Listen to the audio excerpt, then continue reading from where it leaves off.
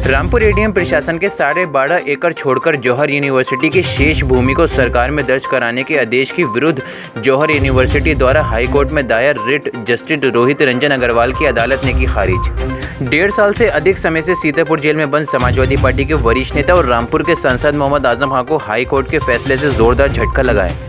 जौहर university आजम खां का dream project है, जिसको बनाने के लिए आजम खां ने लगभग 400 एकड़ से ज्यादा जमीन मौलाना मोहम्मद अली जौहर यूनिवर्सिटी ट्रस्ट के नाम खरीदी थी। उत्तर प्रदेश जमींदारी उन्मूलन अधिनियम 1950 के नियमों के मुताबिक कोई भी व्यक्ति, परिवार या संस्था 12.5 एकड़ से अधिक भूमि बिना प्रशासन की अनुमति के नहीं रख सकता। इस बाबत जौहर यूनिवर्सिटी ट्रस्ट ने उत्तर प्रदेश सरकार से 7 नवंबर 2005 को मौलाना मोहम्मद अली जौहर ट्रस्ट के लिए 400 एकड़ ज़मीन खरीदने की अनुमति प्राप्त कर ली थी। हालांकि ये अनुमति शासन ने कुछ शर्तों के अधीन रहते दी थी। शासन द्वारा दी गई अनुमति की शर्तों में ट्रस्ट द्वारा भूमि का उपयोग शैक्षिक संस्थान की स्थापना व निर्माण हेतु अनुमति दिए जाने के 5 वर्ष के भीतर ही कर लिया जाना था। अनुमति की एक शर्त ये भी थी कि संस्था या उसके किसी पदाधिकारी द्वारा भूमि का कोई भी भाग किसी व्यक्ति या संस्था को किसी भी रूप में शासन की पूर्व अनुमति के बिना हस्तांतरण नहीं किया जाएगा तथा प्रेस द्वारा प्रत्येक वित्तीय वर्ष के अंत तक कार्य की गई भूमि और उस पर हुए निर्माण आदि का विस्तृत विवरण जिलाधिकारी रामपुर द्वारा शासन को प्रत्येक अप्रैल माह में प्रस्तुत करना होगा। अनुमति में ये भी स्पष्ट किया गया था, शर्तों का उल्लंघन करने पर 12.5 एकड़ से जो भी भूमि अधिक होगी उसे राज्य सरकार निहित कर लिया जाएगा और फिर उसके बदले कोई कॉम्पनसेशन नहीं दिया जाएगा।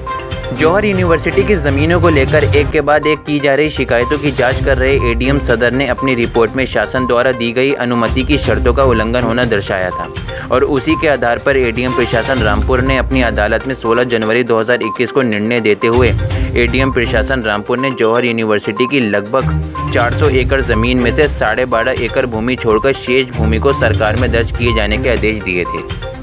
एडीएम प्रशासन के आदेशों के खिलाफ जौहर यूनिवर्सिटी ट्रस्ट ने हाई कोर्ट में रिट दायर की थी, जिस पर सुनवाई चल रही है। हालांकि इस दौरान ट्रस्ट के अध्यक्ष और आजम खां सीतापुर जेल में रहे पूर्व विधायक बेटे अब्दुल्ला आजम खां भी 26 फरवरी 2020 से जेल में ही बंद हैं। आजम खां के खिलाफ चल रहे अधिकतर मुकदमों में शिकायत करता रहे भाजपा नेता आकाश सक्सेना उर्फ हनी ने इस मामले की भी शिकायत की थी, जिस पर प्रशासन ने जाँच कर इस कार्रवाई को अंजाम दिया था।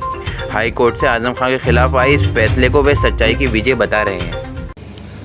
देखिए, इसमें एक शिकायत की गई थी हमारे द्वारा कि आजम के द्वारा जो जौहर यूनिवर्सिटी में जितनी जो ज़मीनें हैं वो 12.5 एकड़ का जो वो कानून है उसके खिलाफ खरीदी गई थी और अधिकतर जो ज़मीनें हैं वो सरकारी ज़मीनें थीं। उसमें जो बिल्डिंगें हैं वो सरकारी पैसे से बनी गई थीं। जौहर विश्वविद्यालय को जिन शर्तों पर वो सरकारी ज़मीनें लीज पर दी गई थीं उसमें से किसी शर्त का पालन नहीं हो रहा था।